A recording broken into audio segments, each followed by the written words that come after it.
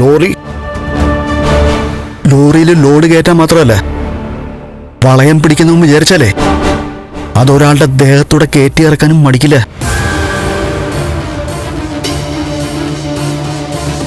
മനസ്സിൽ വെച്ചോ.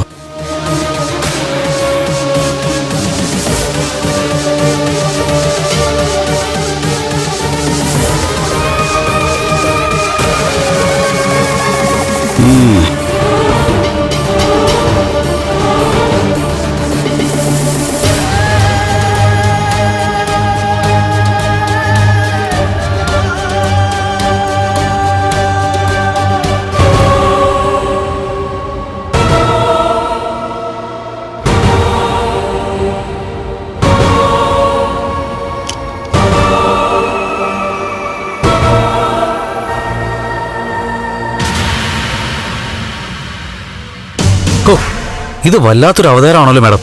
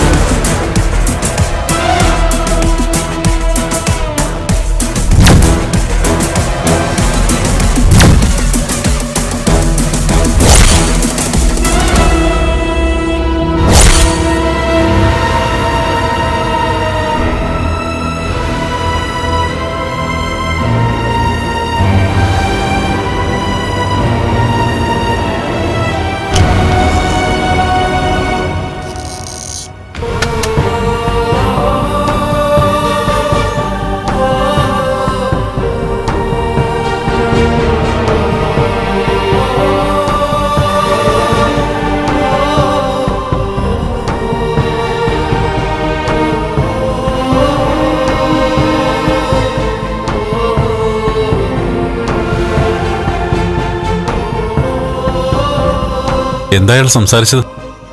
ഒന്നുമില്ല. അയാൾ ആരാ മഹാലക്ഷ്മിയുടെ? ചോദിച്ചിട്ടില്ലേ അയാൾ ആരാണെന്ന്? അച്ഛനാ. ആണോ? സ്വന്തം അച്ഛനാണോ? അറിയാലോ കണ്ണേട്ടനത്. അറിയാം. രണ്ടാനച്ഛൻ എന്നും ആദ്യ മകളുടെ സ്ഥാനമല്ല, രണ്ടാമത്തെ മകളുടെ സ്ഥാനം പോലും തന്നിട്ടില്ല, തരികയില്ല. സ്വന്തം വീടിനകത്ത് വെച്ച് അതൊക്കെ ആയിക്കോട്ടെ. പക്ഷെ ഇപ്പൊ പിടിവിട്ട് കഴിഞ്ഞു. ഇന്ന് മഹാലക്ഷ്മി എന്റെ ഭാര്യയാണ്. നമ്മളെ സ്നേഹിക്കുന്നവരുടെ മുന്നിൽ മാത്രമേ നമ്മൾ തലതാഴ്ത്തി നിൽക്കേണ്ട കാര്യമുള്ളൂ. കൊല്ലാൻ ഘടാരമായി വരുന്നൊരു ഗുണ്ടയല്ല നമ്മൾ ഭയക്കേണ്ടത്. മറിച്ച് നമ്മളെ സ്നേഹം കൊണ്ട് മൂടുന്നൊരാൾ നമ്മളിൽ നിന്ന് അകന്നു പോകുമ്പോഴാ. ദൈവത്തെ അറിഞ്ഞ് ജീവിക്കുന്നവനാ കരുത്തൻ, അല്ലാതെ ദൈവം നിന്ന കാണിക്കുന്നവനല്ല. അവനെ നന്ദി കെട്ടവനെന്നും ഭീരു എന്നേ വിളിക്കാൻ പറ്റൂ. അയാൾ കാരണം തന്റെ അമ്മ ഒരുപാട് കരഞ്ഞതല്ലേ?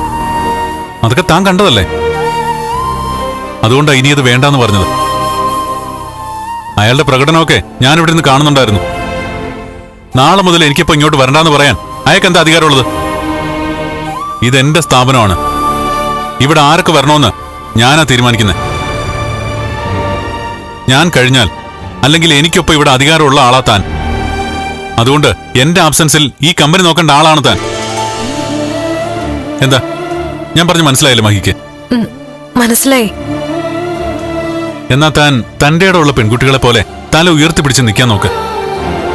എനിക്ക് തളർച്ചയുണ്ട്, പക്ഷെ അത് മനസ്സിനല്ല, ശരീരത്തിന്. എന്നാ മനസ്സും ശരീരവും ഒരുപോലെ തളരാത്ത മഹാലക്ഷ്മി എന്നെക്കാളും കരുത്തോടെ നിൽക്കണം. അപ്പോഴേ താനും ഞാനും ജയിക്കൂ. ഇനി തന്നെ ആരെങ്കിലും വേദനിപ്പിച്ചാൽ തന്നെക്കാൾ നോവുന്നത് തന്റെ അമ്മയ്ക്ക് മാത്രമല്ല, എനിക്കും കൂടിയാ. ആ നൊമ്പരം മാറ്റാൻ എന്നെക്കൊണ്ട് എന്തൊക്കെ കഴിയോ അതൊക്കെ ഞാൻ ചെയ്തിരിക്കും. ഫ്ലവേഴ്സ് സ്മാർട്ട് ഷോ ശനി ഞായർ ദിവസങ്ങളിൽ രാത്രി 9:30 ഫ്ലവേഴ്സിൽ.